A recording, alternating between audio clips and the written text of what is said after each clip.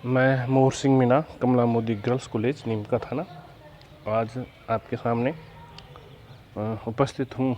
आधुनिक भारत इतिहास का टॉपिक महाराजा रणजीत सिंह अंग्रेज़ संबंध जो थे उसके बारे में।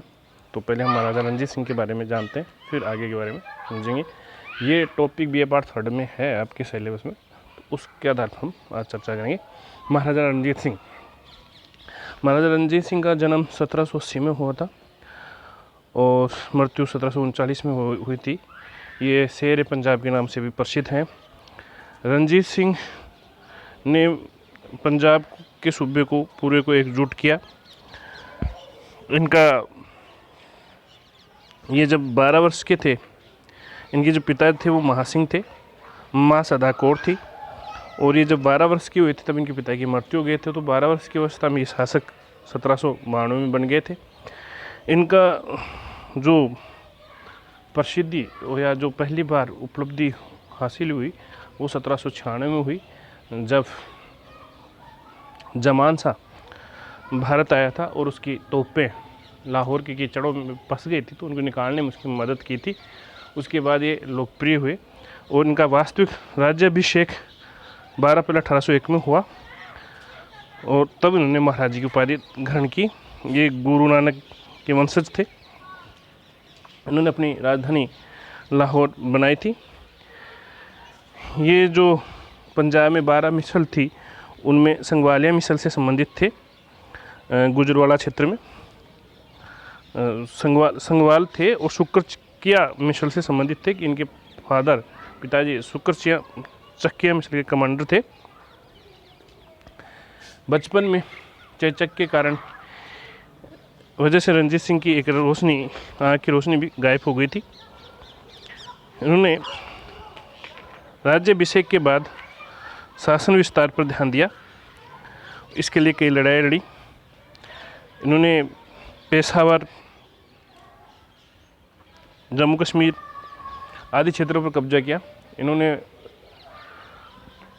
सिंधु से लेकर सतलज तक के क्षेत्र पर अधिकार रखा, लेकिन सतलज से पूर्वी क्षेत्र जो फुलकिया मिसल का था उस पर अधिकार नहीं कर पाए, क्योंकि फुलकिया मिसल को जो सतलज से यमुना के बीच में थी उसको अंग्रेज़ों का संरक्षण था, उनसे उन्होंने दुश्मनी मोल नहीं ली और अंग्रेज़ों के साथ 1809 में उन्होंने अमृतसर की संधि भी की।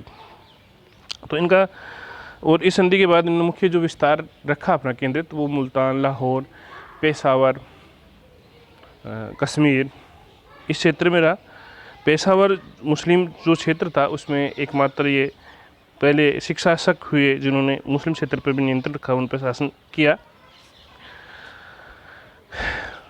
एक इतिहासकार हुए हैं J.T. व्हीलर, उन्होंने कहा अगर ये एक पीढ़ी पुराने होते, यानी एक पीढ़ी पहले जन्म लेते रणजीत सिंह, तो ये पूरे भारत को फतेह कर सकते थे, क्योंकि उसमें इस तरह की परिस्थिति थी। इस समय जब इनका जन्म हुआ उस समय ब्रिटिश ईस्ट इंडिया कंपनी ज़्यादा शक्तिशाली हो चुकी थी, केंद्रीय शक्ति के रूप में उभर चुकी थी, इसलिए उसको चुनौती देना मुश्किल था। इसलिए पूरे भारत को फतेह नहीं कर पाए, उत्तरी भारत के काफ़ी कुछ हिस्से को ही ये जीत पाए। अन्यथा ये संभावनाएँ थी, क्योंकि उस समय मुगल कमज़ोर हो चुके थे, मराठा शक्ति दक्षिण में सीमित थी, तो ये ताकतवर होकर पूरे भारत पर कब्जा कर सकते थे। ये ज़्यादा पढ़े लिखे नहीं थे, फिर भी इन्होंने शिक्षा और कला को प्रोत्साहन दिया। इन्होंने पंजाब में कानून व्यवस्था को सुदृढ़ किया, मृत्युदंड इन्होंने नहीं दिया।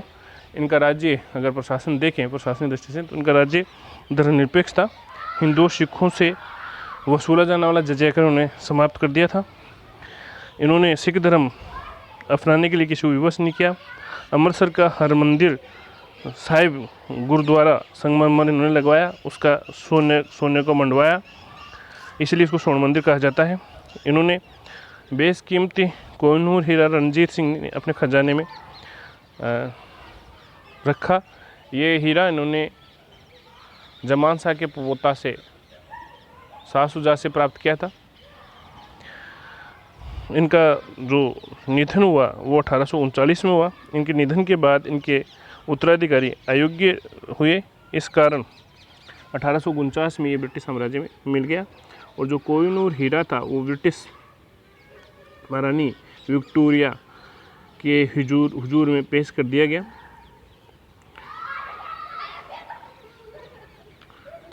रणजीत सिंह को ने जो सैनिक प्रशासन था उसमें फ्रांसीसी अधिकारियों को नियुक्त करके यूरोपीय पद्धति से विकसित की थी। इनका जो विदेश मंत्री और वित्त मंत्री था वो फ़कीर अजीजुद्दीन मुस्लिम था। इनका सेनापति हरि सिंह नलवा, लाल सिंह, गुलाब सिंह डोगरा ये रहे।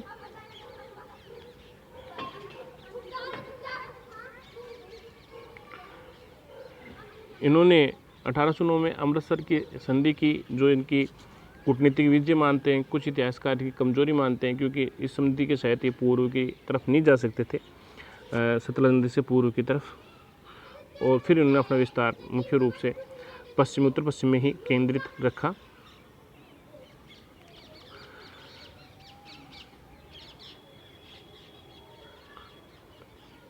ये थे महाराजा रणजीत सिंह। रणजीत सिंह जो शासक थे, उनके बाद उनके उत्तराधिकारी जो शासक बने वो थे खड़क सिंह, शेर सिंह, नौनिहाल सिंह और बाद में दिलीप सिंह। 1839 से लेकर 1845 तक ये शासक बने। 1845 से 1849 तक दिलीप सिंह शासक रहा, और दिलीप सिंह के समय अंग्रेज और सिखों के बीच दो युद्ध हुए।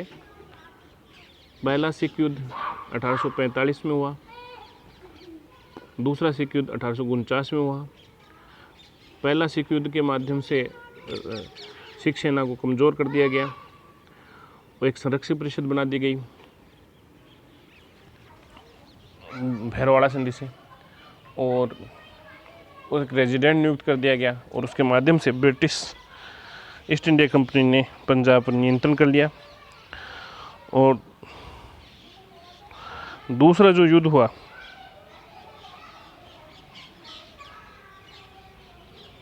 उसके माध्यम से, उस युद्ध का मुख्य जो कारण था वो मूल सिंह द्वारा मुल्तान के जो गवर्नर था उसने विद्रोह कर दिया था। उस विद्रोह को दबाया नहीं गया, बल्कि जब वो विद्रोह पूरे पंजाब में फैल गया तो उसको आधार लेकर उस साम्राज्य को 1849 में उन सिख सेना को हराकर ब्रिटिश साम्राज्य में मिला लिया गया, और इस प्रकार से पंजाब राज्य का अंत कर दिया गया। ये था आज का टॉपिक। थैंक यू, धन्यवाद।